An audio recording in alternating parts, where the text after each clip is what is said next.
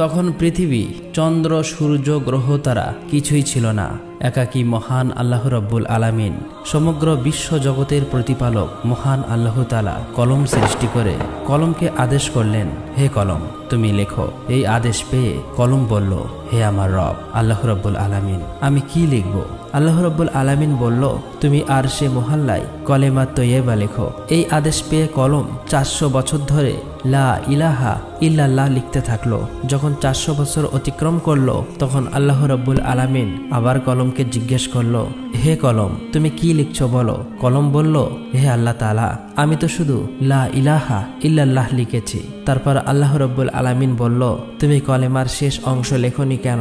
কলম ভয়ে কাঁপতে কাঁপতে বলল, হে আমার রব, আপনি পাক পবিত্র, আপনি এক অদ্বিতীয়, আল্লাহ ছাড়া তো কোনো উপাস্য নেই। এই নামের শেষে কোন নাম লিখব আমার তা সাহস হচ্ছিল না, আমার তা জানা ছিল না। তখন আল্লাহ রব্বুল আলামিন বলল, হে কলম লা ইলাহা ইল্লাল্লাহ, এরপরে আমার একান্ত বন্ধু প্রিয় হাবিব মুহাম্মদুর রাসূলুল্লাহ এই নাম লেখো, অর্থাৎ লেখো লা ইলাহা ইল্লাল্লাহু মুহাম্মদুর রাসূলুল্লাহ। এই কথা শুনে কলম কয়েকশো বছর এই নাম লিখতে লাগলো।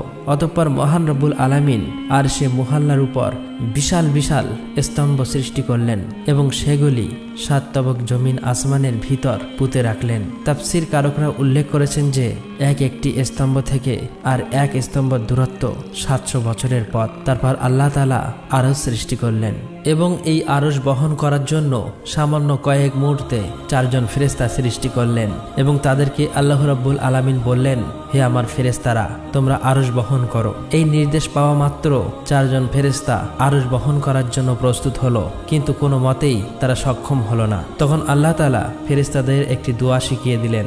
দোয়াটি হলো সুবহানাল্লাহ, আলহামদুলিল্লাহ, ওয়ালা ইলাহা ইল্লাল্লাহু, আল্লাহু আকবার। এই দোয়া পড়ার সাথে সাথেই ফেরেশতারা আরশ ওঠাতে সক্ষম হলো। আর তখনই আল্লাহ রাব্বুল আলামিনের কুদরতে অনেকগুলো ফেরেশতা সৃষ্টি করলেন এবং তারা সকলেই আল্লাহর গুণগান এবং প্রশংসা করতে লাগলো। অতঃপর আল্লাহ রাব্বুল আলামিন তার মহান কুদরতে মাওয়ারিদ প্রস্তুত করলেন এবং সেখানে লাল ইয়াকুত দিয়ে লাওহে মাহফুজ সৃষ্টি করলেন এবং সেটি আরশের নিচে রেখে দিলেন।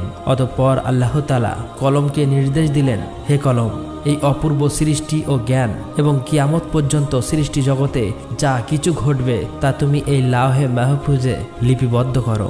মহান আল্লাহর এই নির্দেশ পেয়ে কলম বিসমিল্লাহির রহমানির রহিম লিখে শুরু করলেন। একমাত্র আল্লাহ এই সৃষ্টি জগতের স্রষ্টা, আল্লাহ ছাড়া কোনো উপাস্য নাই, তিনি এক ও অদ্বিতীয়। তারপর আল্লাহ রাব্বুল আলামিন কলমকে আবার নির্দেশ দিলেন, হে কলম, আদি মানব থেকে 1,24,000 পয়গম্বরের সমস্ত তথ্য লাওহে মাহফুজে লিপিবদ্ধ করো। অতএব কলম এই আদেশ পেয়ে সমস্ত সৃষ্টি জগতের সবকিছুই লিপিবদ্ধ করল। অতঃপর মহান আল্লাহ তাআলা ইয়াকুতের দিকে দৃষ্টিপাত করতেই ইয়াকুত একেবারে ভয়ে বিকলিত হয়ে পানিতে পরিণত হলো এবং আল্লাহর অসীম কুদরতে হাওয়া সৃষ্টি হলো। মহান রব্বুল আলামিন তাদের উত্তর, দক্ষিণ, পূর্ব, পশ্চিম দিকে পাঠিয়ে দিয়ে বললেন, তোমরা দ্রুত বেগে প্রবাহিত হয়ে পানিতে তরঙ্গ তুলে ফেনা সৃষ্টি করো।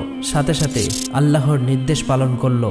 অতএব পানির উপরে ফেনা জমে এই ফেনা সমূহের পরস্পরের সংঘর্ষের ফলে আল্লাহর হুকুমে আগুন সৃষ্টি হলো। কিছুক্ষণের মধ্যেই ওই আগুন থেকে ধোঁয়া নির্গত হলো।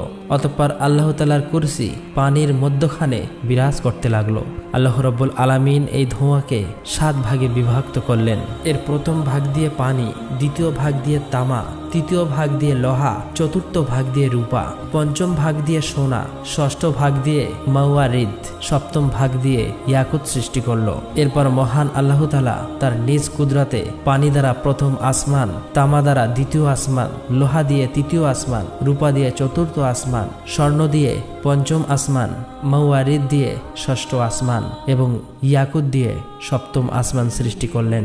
এই এক আসমান থেকে আরেকটি আসমানের দূরত্ব প্রায় 500 বছরের পথ। তারপর আল্লাহ তাআলার কুদরতে পানি থেকে সোনায় রূপান্তরিত হওয়া বস্তু একটি লাল বর্ণ আকারের মাটির রূপ ধারণ করল।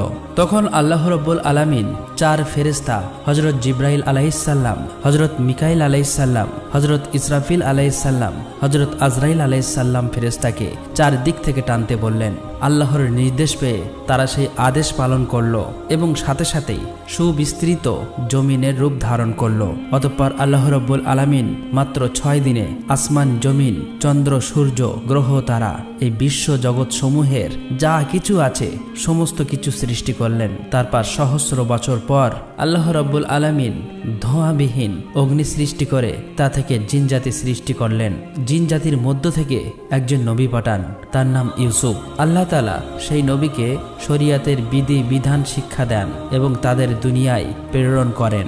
এভাবেই চলছিল জিনদের জীবন। কিন্তু বহু বছর পর আল্লাহর বিধিবিধান ভুলে সমস্ত জিনের দল পথভ্রষ্ট হয়ে পাপাচারে লিপ্ত হলো। তখন ইউসুফ নামের ওই জিন সকলের উদ্দেশ্যে বলল, হে সকল জিনের দল, তোমরা আল্লাহকে ভয় করো, পাপাচার থেকে ফিরে এসো। তোমরা কি ভুলে গেছো আল্লাহ এক, অদ্বিতীয়, আল্লাহ ছাড়া কোনো উপাস্য নেই? অতএব তোমরা তওবা করে সৎ পথে ফিরে এসো এবং আল্লাহর বিধিবিধান মেনে চলো। কিন্তু এই সকল জিনের দল তার কথা শুনল না, সকলেই মিলে তাকে হত্যা করলো। এদিকে সকল ফেরেশতারা বলতে লাগলো, হে আল্লাহ, জিনদের দল দুনিয়াতে পাপাচারে লিপ্ত হয়ে ফাসাদ সৃষ্টি করছে এবং হত্যা করছে।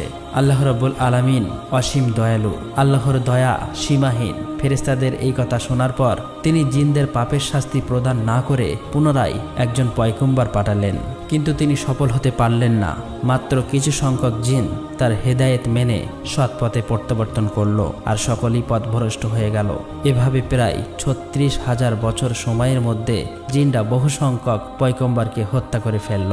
অতঃপর আল্লাহ রাব্বুল আলামিন ফেরেশতাদের বলল, তোমরা যাও, যারা পাপাচারে লিপ্ত তাদেরকে শাস্তি প্রদান করো। আল্লাহ রাব্বুল আলামিনের এই নির্দেশ পেয়ে ফেরেশতারা কোটি কোটি জিনদের শাস্তি প্রদান করল। কেবলমাত্র যে সকল ঈমানদার জিন পাপী জিনদের ভয়ে বনে, জঙ্গলে, পাহাড়, পর্বতে, গুহায় বসে আল্লাহর ইবাদতে মগ্ন ছিল, তারাই ফেরেশতাদের হাত থেকে রক্ষা পেল। ওই সময় ফেরেশতারা লক্ষ্য করে দেখল একটি কমবয়স্ক সুন্দর বালক জিন একাকী দাঁড়িয়ে আছে। তার নাম ইবলিশ। তাকে দেখে ফেরেশতাদের অন্তরে দয়া মায়া উদয় হলো। তখন ফেরেশতারা বলল, হে আমার রব, হে মাবুদ, এই বালক জিনটি অসহায়, তার প্রতি আমাদের অনেক মায়া লাগছে। আমরা কি একে নিয়ে আসমানে লালন পালন করব? ফেরেশতাদের অনুরোধে আল্লাহ রাব্বুল আলামিন তাকে আসমানে নিয়ে আসতে অনুমতি দিলেন। ইবলিশ ছিল তীক্ষ্ণ স্মৃতিশক্তি সম্পন্ন।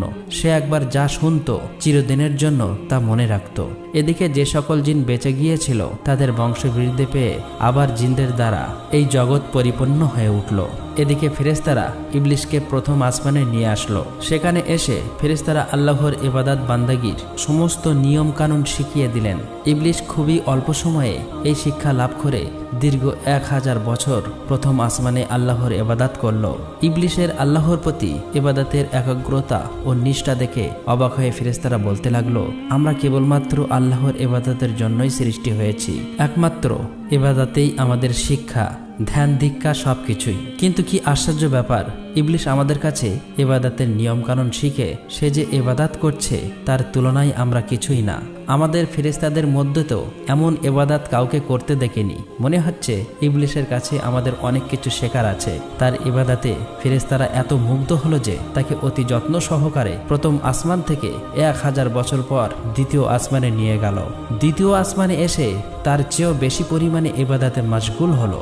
আসমানের ফেরেশতারা এটা দেখে চারিদিক থেকে ধন্য ধন্য বলতে লাগলো। বহু ফেরেশতারা তার প্রশংসা করতে লাগলো এবং ইবলিশের নাম রাখলো আবেদ। তারপর ইবলিশ 1000 বছর ইবাদত করার পর ফেরেশতারা দ্বিতীয় আসমান থেকে তৃতীয় আসমানে নিয়ে গেল।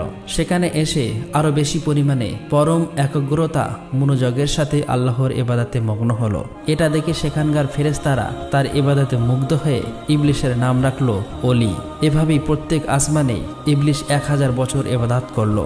অবশেষে সপ্তম আসমানে উপনীত হয়ে পরম সুখে শান্তিতে বসবাস শুরু করলো।